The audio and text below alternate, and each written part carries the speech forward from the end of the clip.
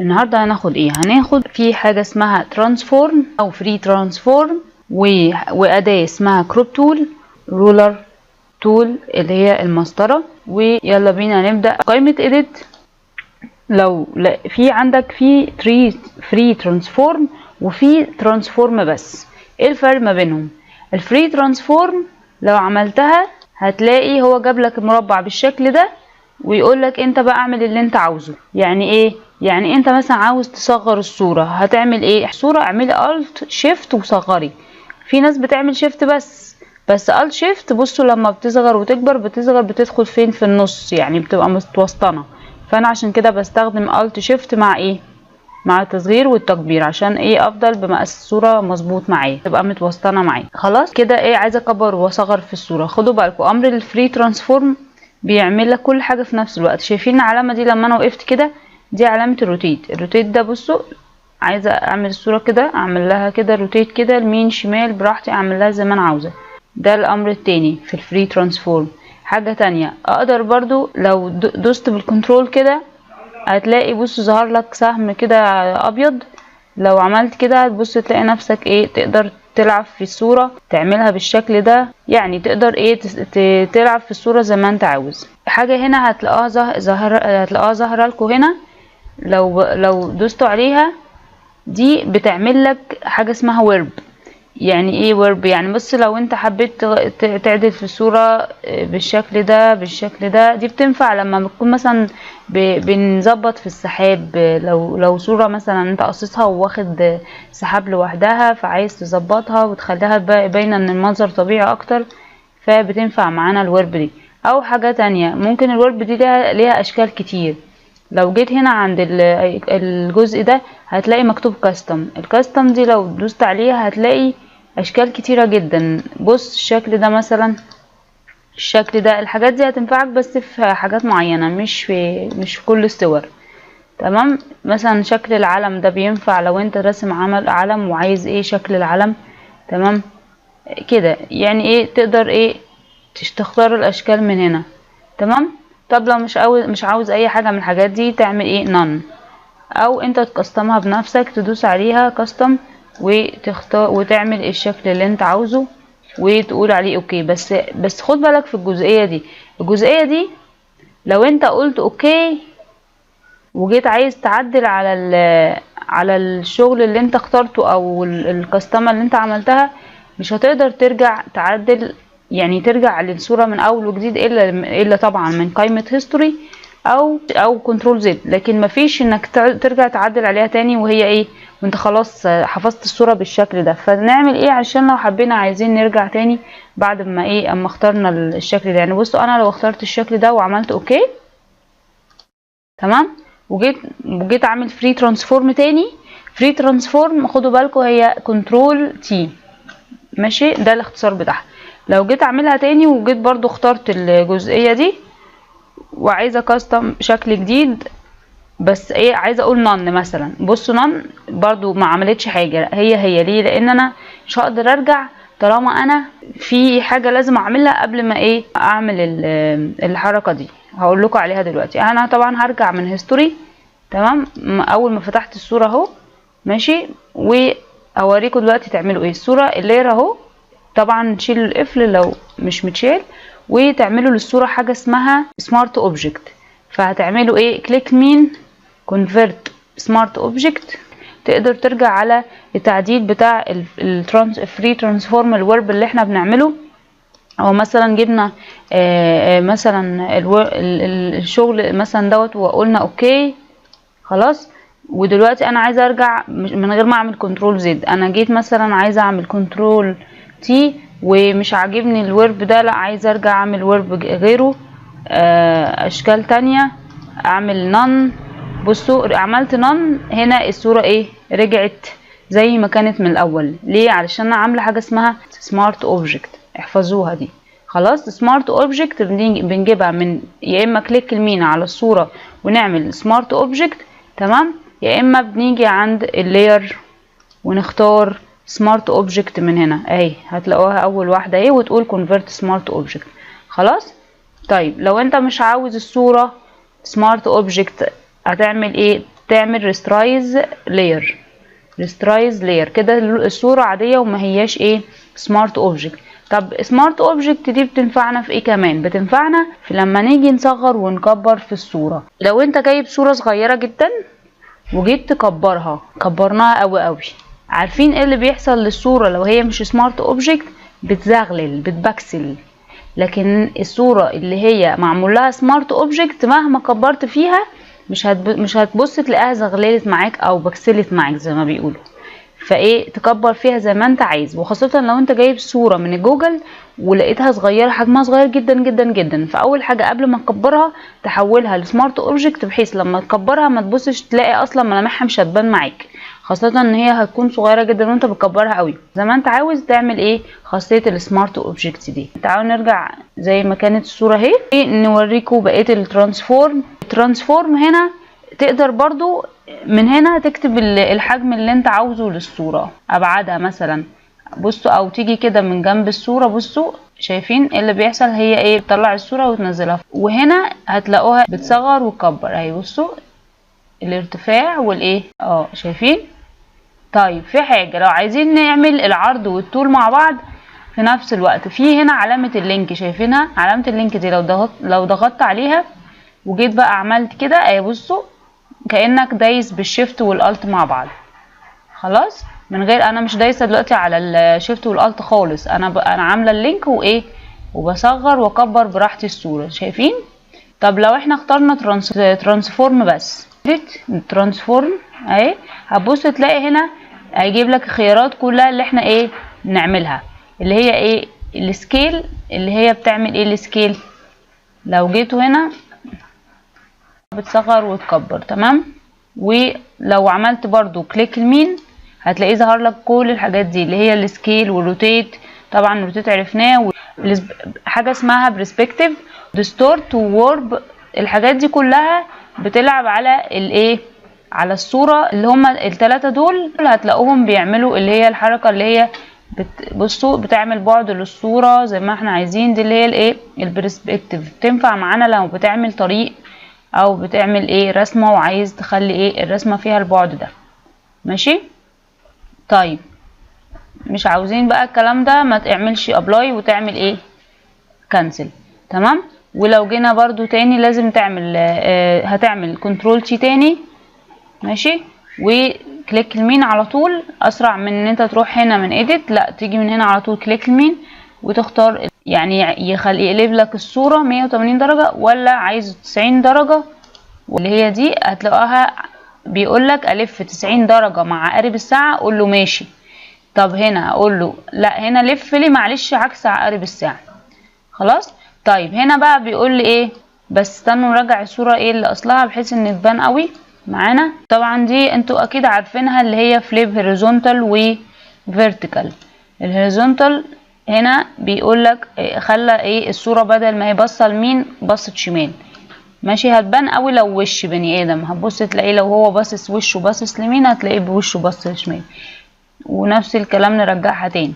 طب هنا فليب ايه فيرتيكال، نخلي الصورة مقلوبة عكسي وهنا نرجعها زي ما كانت. طيب خلصنا كده الفري ترانسفورم. بصوا انا جايبه لكم المثال ده والمثال ده، ماشي. المثالين دول ليه جايباهم؟ علشان لو انتوا واخدين بالكم الصوره معوجه شويه، يعني هنا لو بصيت هتلاقي الصوره الاماله بتاعتها بصوا مش مظبوطه، شايفين هنا حتى باين ايه من هنا من الزرع. ممكن في ناس ما تاخدش بالها قوي، غير ان الناس اللي هي بتفهم في التصوير جامد قوي بتبقى واخده بالها ان الصوره دي فيها ايه اماله شويه، الروتيت بتاعها مش مظبوط، ماشي. وهنا برضو لو خدتوا بالكم دي طبعا واضحه جدا ان الصوره ايه معوجه. طيب نعمل الكلام ده ازاي، نعدله ازاي؟ عندنا 3 طرق اللي احنا نعدل بيها الصورة زي دي. عندنا طريقة بالكروب تول، وطريقة بالرولر تول اللي هي المسطرة.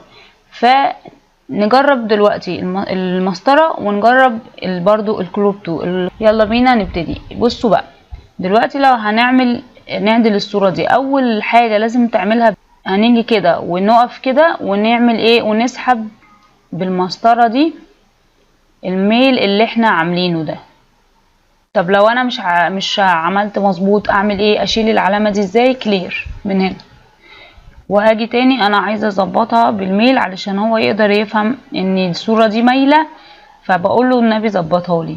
فانا ايه عملت كده اهو، ووقفت ايه هنا كده ايه في ميل، هو خد باله ان في ميل وهو كتب الميل بدوت كام 3.5 اهو، كاتب المقاس بتاعه. طيب انا بقول له النبي ظبط لي 3.5 ميل دوت عندك. في عندي كذا طريقه اعملها.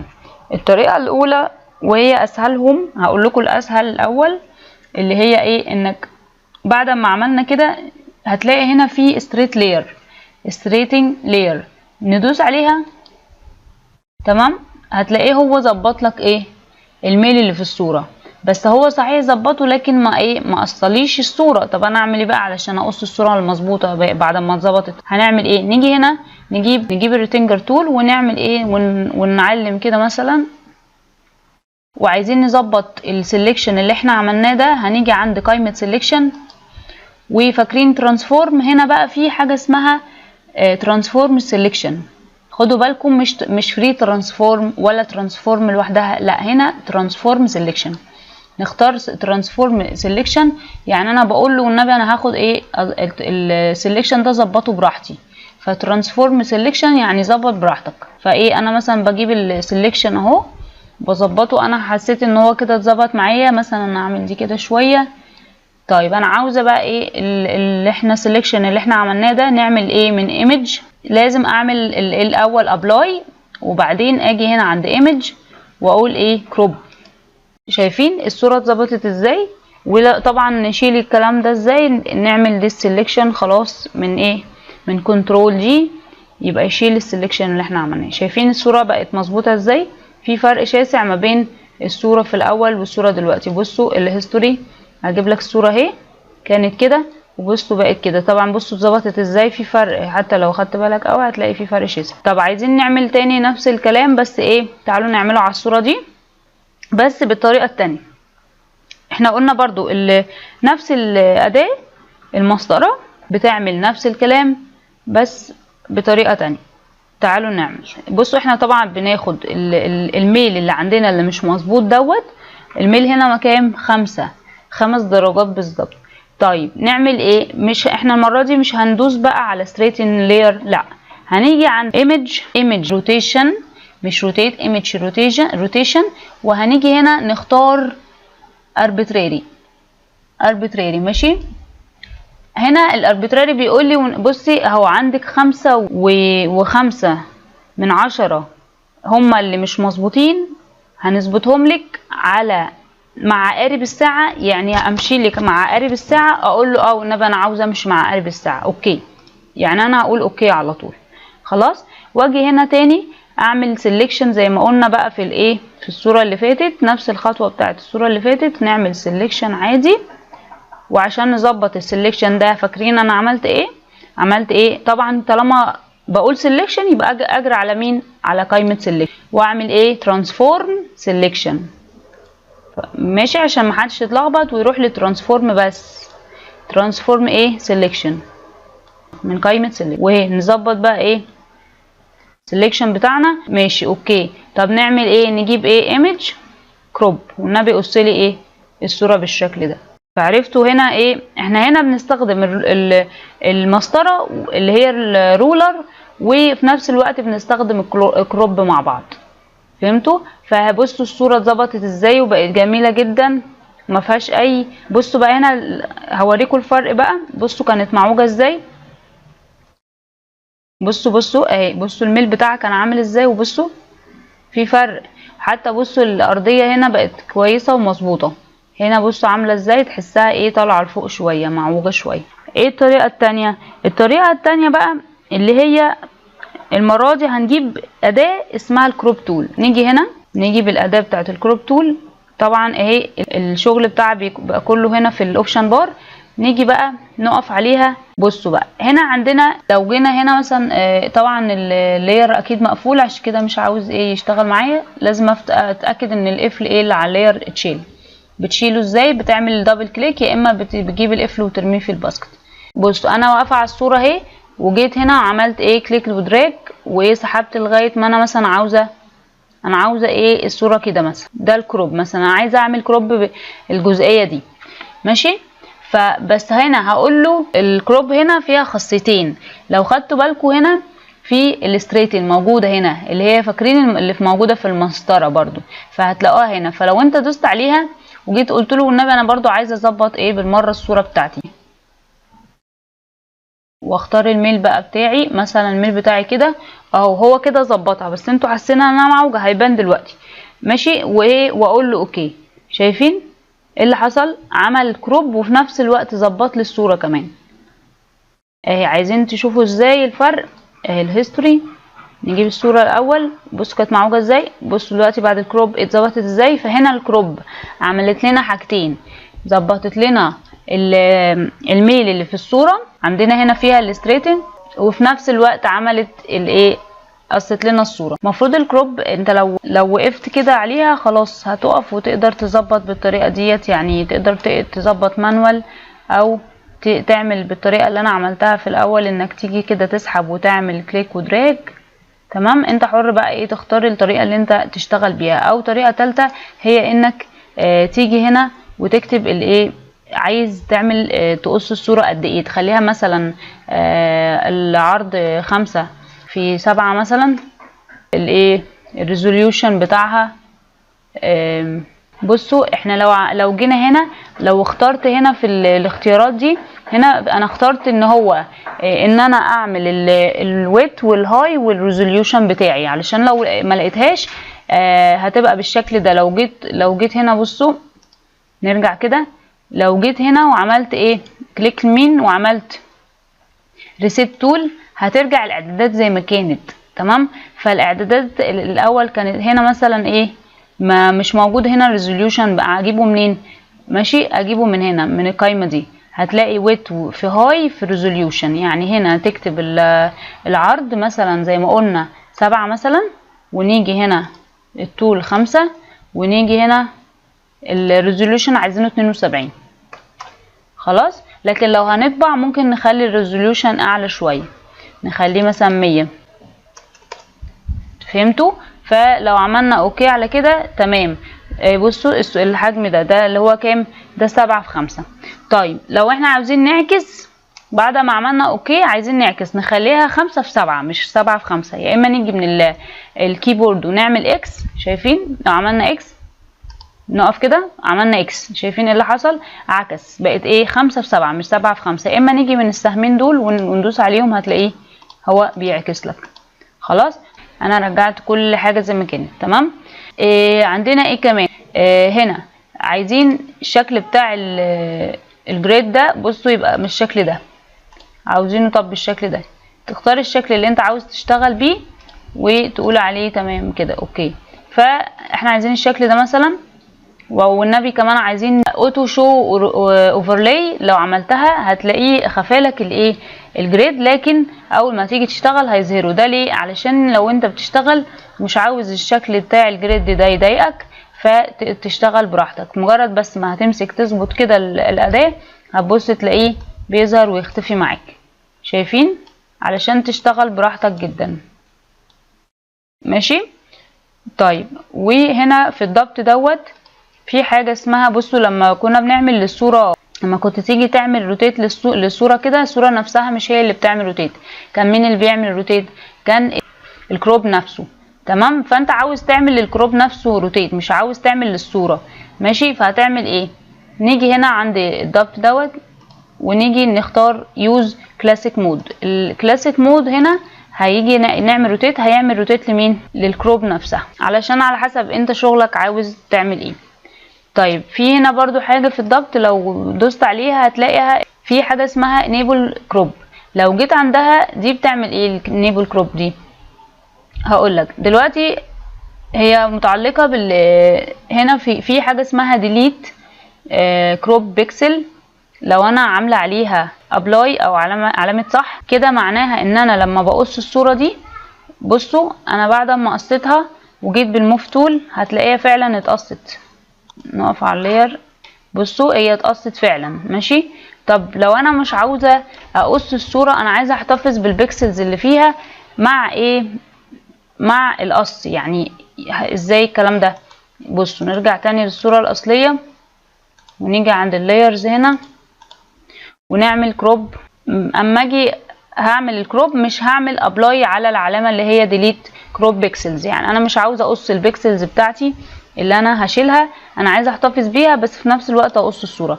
فانا مثلا هقص الصورة كده ماشي، واخلي الشكل ده واقول اوكي تمام. وجيت هنا بعد ما قصيتها لو مسكت الموف تول ممكن تحركها، هتلاقي بصوا الايه بقيت الصورة موجودة يمين وشمال، هتلاقوها ايه موجودة. يعني ما مسحش البيكسلز بتاعتها. ليه؟ علشان لو حبيت ترجع في كلامك تاخد الجزء ده تاخد الجزء ده. في حاجة كمان، لو احنا نرجع للصورة الاولانية، لو احنا بقى ايه عملنا اللي احنا لسه كنا بنقول عليها في علامة الضبط اللي هي enable crop، دي بتعمل ايه؟ انا طبعا عامله تشيك عليها، عامله اوكي عليها، وهنا اللي ليها علاقه بالاوباستي ديت الاوباستي بتاعتها ايه؟ النبي يخليها لي ايه مثلا 40. دي هتبان ازاي؟ تعالوا مثلا نصغر اهو. المفروض الجزء اللي انتوا شايفينه اللي انا مش عاوزاه ده هنا بقدر اثر عليه بالاوباستي. انا مش عاوزه الاوباستي دي، عايزاها تبان قوي ماشي، عايزاها ما تبانش خالص. شايفين ايه الجزء اللي انا هقصه مش هيبان معايا او يبان براحتي. طب لو انا يعني مش عاوزاه يتلغي، انا عاوزاه موجود وواضح وصريح، لكن لو انا مش عاوزاه الغي اخليها عليها ابلاي او علامه صح وايه، والعب في الاوباستي براحتي. يعني انا عاوزاها تبان بس خفيف ماشي، فاعلي الاوباستي شويه، عايزاها ما تبانش خالص اقلل الاوباستي خالص. فهمتوا؟ بتعمل ايه؟ بتفرق معاك. لو خليها مثلا عشان لو انت ايه عايز تشوف وانت بتقص الجزء ده، لا ده انا عاوزه الجزء ده، لا الجزء ده فيه ايد، لا انا عاوزه الجزء ده. فهمتوا؟ فهي بتنفع في كده. لكن لو انت عملت الاوباستي بتاعتها لغيتها خالص، انت كده ايه مش هتشوف الجزء دوت فيه ايه والجزء ده فيه ايه. الدليل على الكلام ده لو بصوا عملنا الاوباستي 100%، بصوا ايه اللي حصل. انا ايه اجي بقى شايفين لازم امسك كده واشوف. انما لو انا بصوا رجعتها تاني اهي، بصوا هتظهر لي من ايه، من قبل ما انا امسك وايه، من قبل ما انا امسك الجزء ده واقص واعمل، هي ظاهره لي على طول. طيب فهنا خدوا بالكم ان انتوا عايزين تمسحوا البيكسلز الباقيه ديت اللي في الصوره، اللي مش عاوزين الجزء ده خلاص. لو متاكدين قولوا ابلاي وقولوا اوكي، هتبصوا تلاقيها فعلا اتقصت بس من غير بالايه بالباقي الايه الاجزاء الصوره، يعني هي فعلا اتقصت ايه وشال البيكسلز الباقيه، مش عاوزها ما احتفظش بيها. فهمتوا؟ فهي بتنفع احيانا ان انت تحتفظ بالبيكسلز، واحيانا تانية مش بتبقى حلوه انك تحتفظ بالبيكسلز. طب انا عايزه اسالكم سؤال، ليه هو اداني 2 اداه بتعمل نفس الخاصيه؟ يعني هنا الرولر تول لما جبناها كانت بتعمل الخاصيه بتاعت اللي هي العوجان بتاع الميل بتاع الصوره ده، فاكرينه؟ او مش هي كانت بتعمل الخاصيه دي بتعدل الصوره؟ وبرده الكروب تول مش فيها برده نفس الخاصيه اللي هي ستريتنج اهي موجوده هنا، وبرده عملناها نفس الكلام. طب ايه بقى ليه هو الفوتوشوب جايب لي الاداتين دول؟ ليه ما فكرتوش كده السبب؟ بصوا هما ما بيجيبوش ابدا 2 اداه بيعملوا نفس الموضوع بالظبط الا لو في سبب. هقول لكم ايه السبب. لو انا جبت دلوقتي صوره تانية، نرجع الصوره زي ما كانت وتعالوا ايه نجرب حاجه عشان تبقى واضحه معانا. نجيب الصوره دي، طبعا هي الصوره كبيره فاحنا هنعمل ايه، هنصغرها. بصغرها ازاي؟ الت شيفت واصغر الصوره واحطها هنا ماشي. طيب ونقول اوكي. دلوقتي عندنا الصوره دلوقتي صوره جوه صوره، وصوره معوجه وصوره مش معوجه. طب نعمل ايه بقى علشان نعدل الصوره اللي هي دي بس من غير ما نبوظ الصوره المعدوله دي؟ دلوقتي لو انا جيت اعدل الصوره دي بالكروب تول، بصوا جيت هنا خدت الاداه بتاعت الستريتنج اهي، وهعدل الصوره دي واقول اوكي. بصوا انا عايزاكم تاخدوا بالكم ايه اللي حصل. الصوره بصوا هكبرها لكم، هي واضحه اصلا جدا من غير ما حتى ما اكبرها. اللي حصل ان الصوره دي صحيح اتعدلت، لكن الصوره الثانيه بصوا ايه اللي حصل لها. حصل لها ميل، هي اللي مالت. طب انا مش عاوزاها تتعوج معايا وعايزه الصوره برضو دي تتعدل، طب اعمل ايه؟ تعالوا نرجعها تاني هنيجي بقى احنا جربنا الكروب تول، طب تعالوا نجرب الرولر تول. نعمل ايه بالرولر تول؟ برضه نقف كده وبرضه نفس الكلام، ناخد الميل بتاعنا خلاص ونيجي عند الستريتن لاير وندوس عليها. تمام، فهو بصوا عدلها وما بوظليش الصورة التانية. طب عايزين تتأكدوا اهي، نيجي هنا وناخد كده ايه، نعمل ايه، نعمل كروب كده بالايه في الجزئية دي. ولو عايزين تتأكدوا ان نظبط السلكشن ترانسفورم ايه، قلنا ترانسفورم سلكشن، نظبط سلكشن كده، ما تنسوش الابلاي دي الاول وبعدين ايمج كروب. ويلا نشوف بقى ايه، بصوا بقى ظبطت ازاي وبقى هما الاتنين مظبوطين. طبعا بتشيل السلكشن قلنا من ايه، كنترول جي. تعالوا نشوف الصورة بوضوح. هنا مظبوطة اهي ما اتعوجتش، وهنا كمان مظبوطة. تعالوا نجيب مثال كده ونشوف صورة مثلا زي الصورة دي. لو الصورة دي دلوقتي عايزين نعدل الصورة اللي جواها الصغيرة دي، بس هنا دي كلها في لاير واحد. طب اعمل ايه؟ انا عايزة اشيل افك كل الصور دي من بعضها. هنختار قائمة فايل واوتوميت، ونختار هنا هتلاقوا كروب اند ايه ستريتن فوتو اهو. شايفين الامر ده؟ بص هيعمل ايه، بص عمل ايه، جاب لك كل صورة من الصور دي لوحدها، بدل ما انت بقى ايه تقعد تعمل كروب لكل صورة لوحدها وتعدل فيها. شايفين؟ وايه ولا وبيعدل الصورة، ما هو كروب اند ستريتن